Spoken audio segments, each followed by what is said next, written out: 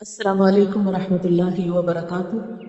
نحمده ونصلي على رسوله الكريم اما بعد فاعوذ باللہ من الشیطان الرجیم بسم اللہ الرحمن الرحیم رب اشرح لي صدری ويسر لي امری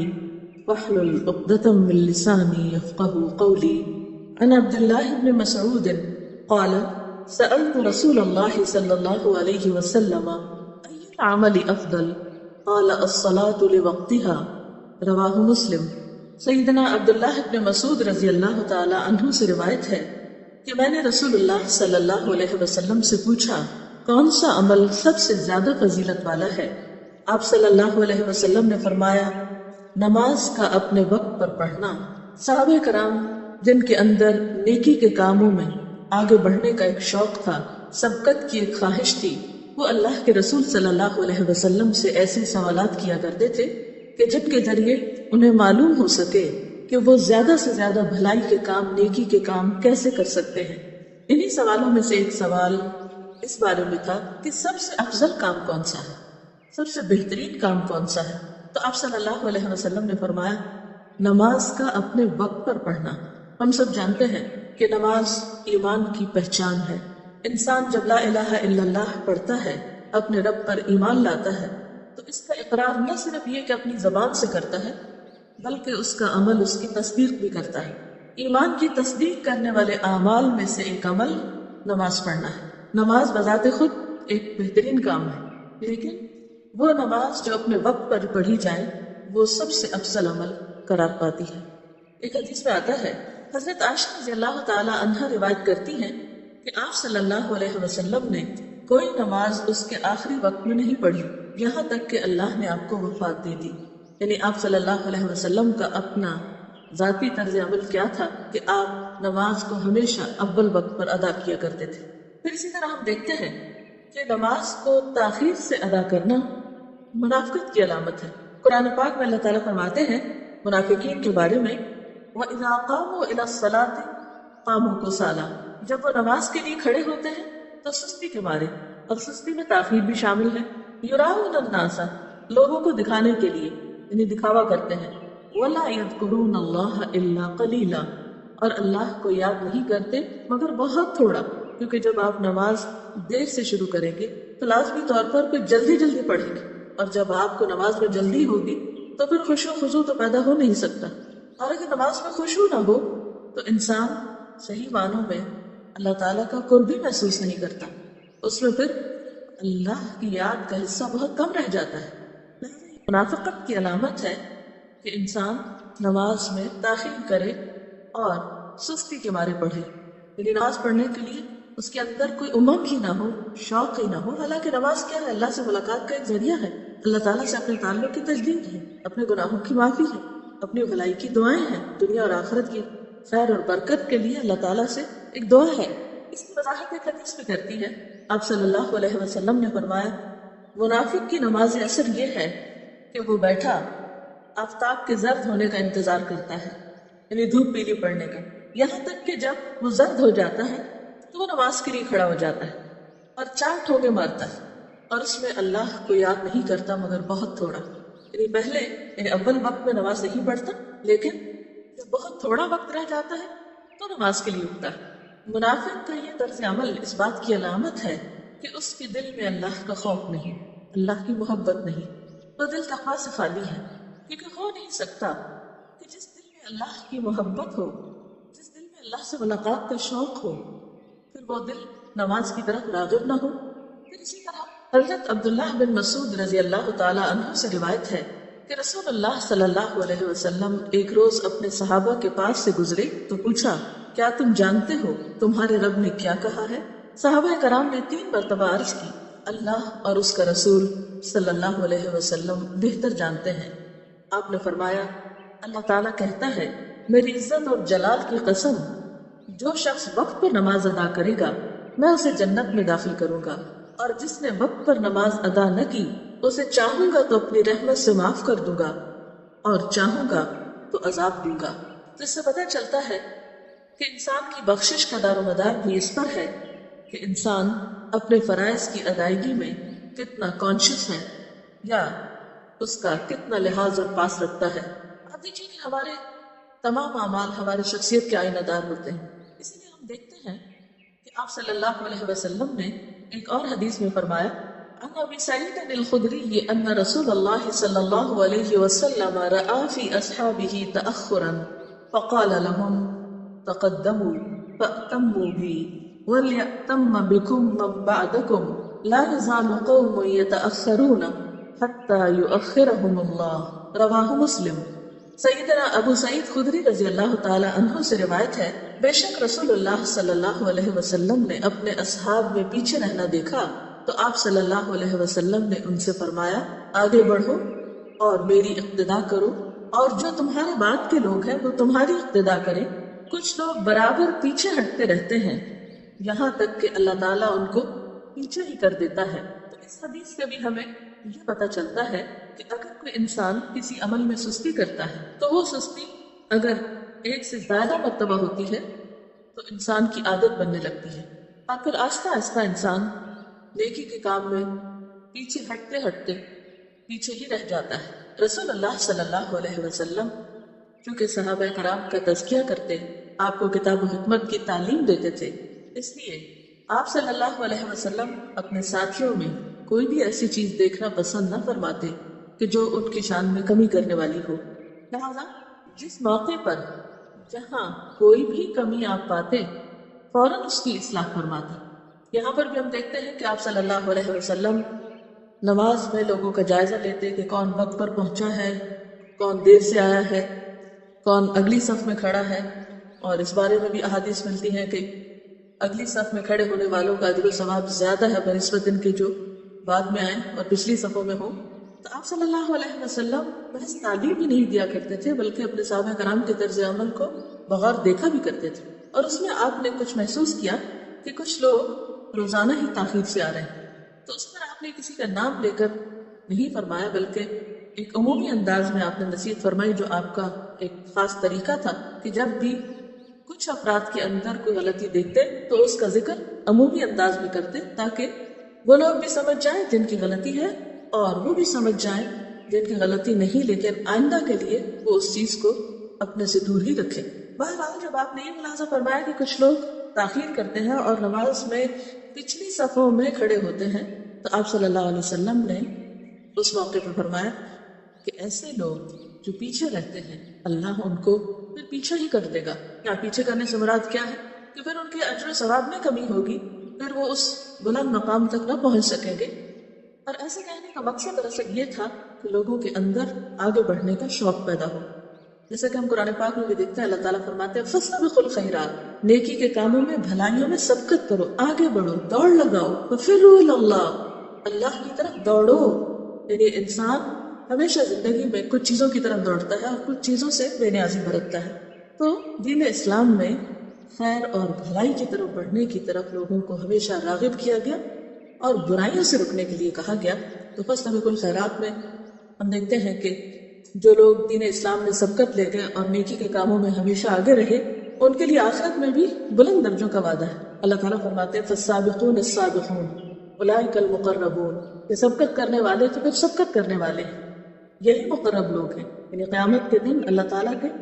قریب ہوں گے۔ اور جس کو اللہ سبحانہ وتعالیٰ اللہ رب العزت کی قربت نصیب ہو تو اس کے لیے اس سے بڑا آنر کا، عزت کا مقام اور کیا ہو سکتا ہے۔ لیکن یہ مقام انہی خوش نصیب لوگوں کو ملے گا جو دنیا میں نیکی کے کاموں میں جلدی کرنے والے اور آگے بڑھنے والے ہوں گے۔ اس بات کا دیکھنے میں یہ بھی آیا ہے کہ جب کوئی اچھا کام کرنا ہوتا ہے تو انسان قدرتی طور پر اس کے بہت سے پہلوؤں کو دیکھتا ہے کہ اس میں مجھے کیا فائدہ ہوگا، میں کر سکتا ہوں یا نہیں۔ بعضوں کا شیطان بھی انسان کے دل میں وسوسہ ڈالتا ہے کہ دیکھو تم شاید یہ تمہاری ہمت سے بڑھ کر ہو یا تم ایسا نہیں کر سکتے، تمہارے جو فرائض ہیں وہ تو فرائض ہیں، ان میں تو ہمیں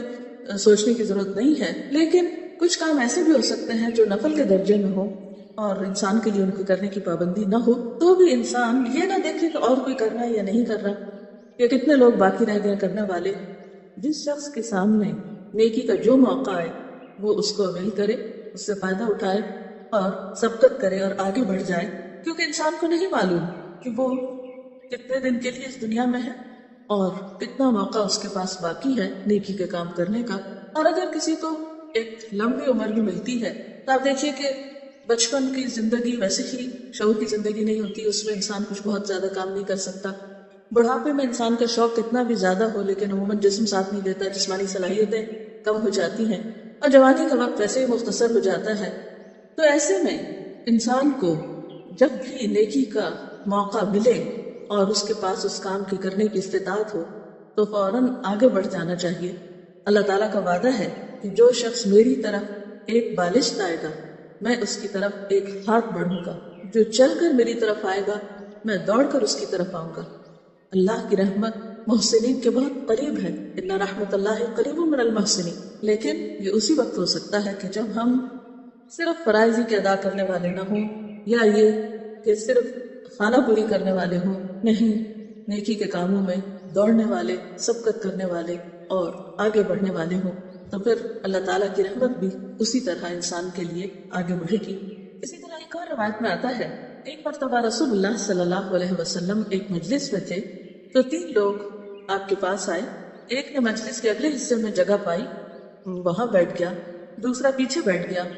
اور تیسرا منہ پھیر کر چلا گیا۔ تو آپ صلی اللہ علیہ وسلم نے فرمایا کہ کیا میں تمہیں ان تینوں کے بارے میں نہ بتاؤں کہ اللہ کے ہاں ان کا کیا مقام ہے؟ ایک نے تو اللہ کے پاس ٹھکانہ لیا تو اللہ نے اس کو جگہ دی، یعنی جو آگے بڑھا وہ اللہ کی رحمت میں آ گیا۔ دوسرے نے شرم کی تو اللہ تعالیٰ نے بھی اس سے شرم کی، یعنی جو پیچھے بیٹھ گیا وہ ایک طرح سے پیچھے رہ گیا۔ تیسرے نے منہ پھیرا تو اللہ تعالیٰ نے بھی اس سے منہ پھیر لیا۔ یعنی اللہ تعالیٰ کا معاملہ بندے کے ساتھ ویسا ہی ہوتا ہے جیسے بندے کا گمان ہوتا ہے یا پھر جیسا بندے کا رویہ ہوتا ہے۔ لہٰذا ہم جانتے ہیں کہ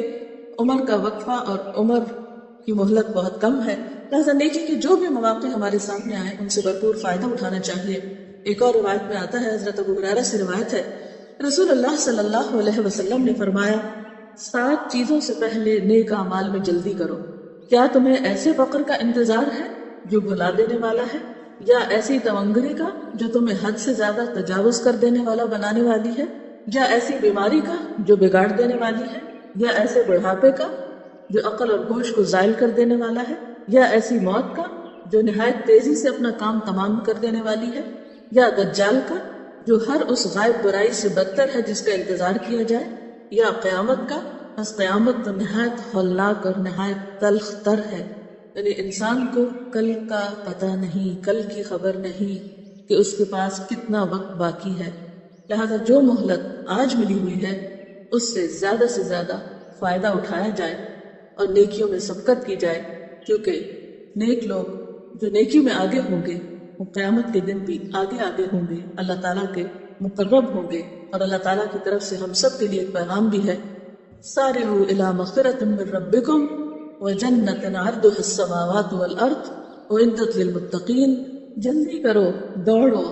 مغفرت کی طرف، بخشش کی طرف اور اس جنت کی طرف جس کی وسعت آسمان و زمین کے برابر ہے، جو متقی لوگوں کے لیے تیار کی گئی ہے۔ بات یہ ہے کہ جو کام ہمیں کرنا ہے وہ تو کرنا ہی، پہلے کریں یا بعد میں کریں، یا تو یہ کہ کرنا نہیں، جو کرنا ہی ہے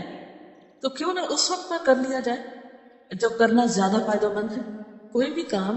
اگر وقت گزرنے کے بعد کیا جاتا ہے یا بعض اوقات تاخیر سے کیا جاتا ہے تو اس کا نقصان کیا ہوتا ہے؟ مثال کے طور پر آپ دیکھیں کہ اگر عید گزرنے کے بعد آپ عید کی تیاری کر رہے ہیں تو اس کا کیا فائدہ؟ اسی طرح اگر نماز کا وقت گزرنے کے بعد یا افضل وقت گزرنے کے بعد آپ ایک کام شروع کر رہے ہیں تو اس سے آپ کا کیا فائدہ ہوگا؟ پھر اسی طرح یہ ہے کہ یہ صرف نماز میں تاخیر ہی کی بات نہیں، یہ ایک پورے ایٹیٹیوڈ کی بات ہے۔ جو انسان اپنے فرائض اور ذمہ داریوں کا احساس رکھتا ہے اور اپنی زندگی میں ترجیحات کو متعین کر سکتا ہے وہی ایک کامیاب انسان ہے۔ تو نماز اصل میں ہمیں ہماری ذمہ داریوں کا احساس سکھاتی ہے، اور پھر یہ کہ جو اول درجے کی ذمہ داری ہے وہ اول وقت پر ہی ادا کر لی جائے، کیونکہ تاخیر نقصان دہ ہو سکتی ہے۔ مثلا اگر آپ کسی بھی کام کے لیے دیر سے گھر سے نکلتے ہیں تو ہو سکتا ہے کہ وہ اپرچونٹی آپ کے ہاتھ سے چلی جائے۔ جیسے اگر آپ کو کسی جہاز پر یا ریل پر بیٹھ کر کسی دوسرے شہر میں جانا ہے اور آپ وقت پر گھر سے نہیں نکلتے، ہو سکتا ہے رستے میں آپ کو ٹریفک ملے یا کوئی بھی اور ایسی مجبوری ہو جس کی وجہ سے آپ کو سارا پلان ہی ختم ہو جائے، خراب ہو جائے، تو اس کا نقصان کس کو ہوگا؟ یعنی صرف دین کے معاملات میں نہیں، دنیا کے معاملات میں بھی بعض چیزوں میں تاخیر انسان کو بے حد نقصان دیتی ہے۔ اور اس میں بھی آپ دیکھیے کہ نماز دراصل یا ہمارا دین دراصل کچھ چیزوں کی پابندی جو ہم پر ڈالتا ہے تو وہ آخرت میں تو فائدہ مند ہے ہی، ہماری دنیا میں بھی بے حد فائدہ مند ہے کہ اس سے ہماری عادات میں بہتری ہوتی ہے، کیونکہ نماز ایک فرض عبادت ہے۔ اگر کوئی انسان اپنے فرض عبادت میں پنکچوئل ہے اور وقت کا پابند ہے تو اس کے یہ احساس ذمہ داری اس کو صرف نماز کے وقت نہیں، اس کو باقی زندگی میں بھی فائدہ دے گی۔ اس سلسلے میں آپ دیکھیے کہ کوئی بھی درخت ایک دن میں نہیں لگتا۔ اگر بیج ڈالنے کے موسم میں بیج نہ ڈالا جائے تو جب پھل لینے کا وقت آتا ہے اس وقت پھل نہیں اترتا۔ جیسے ہر چیز کی پلانٹیشن کا ایک وقت ہوتا ہے، ایک خاص موسم ہوتا ہے، اگر اس وقت میں وہ کام نہ کیا جائے تو جیسے بے وقت کرنے سے وہ نتائج حاصل نہیں ہوگے۔ اسی طرح اگر بچوں کے اندر بچپن سے ایک عادت نہ ڈالی جائے، یعنی وقت کی پابندی کی یا نماز کی پابندی کی، تو بڑے ہو کر ناممکن تو کوئی چیز نہیں لیکن مشکل ضرور ہوتا ہے۔ اسی لیے ہم دیکھتے ہیں کہ نبی صلی اللہ علیہ وسلم نے 7 سال کی عمر سے ہی نماز کی عادت ڈالنے کا حکم دیا کہ بچوں کو نماز کے لیے کہنا شروع کرو، اور 10 سال کی عمر میں اگر وہ نماز نہ پڑھے تو سختی بھی کرو ان پر، یعنی کسی اور معاملے میں سختی کا حکم نہیں جس طرح نماز کے معاملے میں۔ ایسا کیوں؟ اس لیے کہ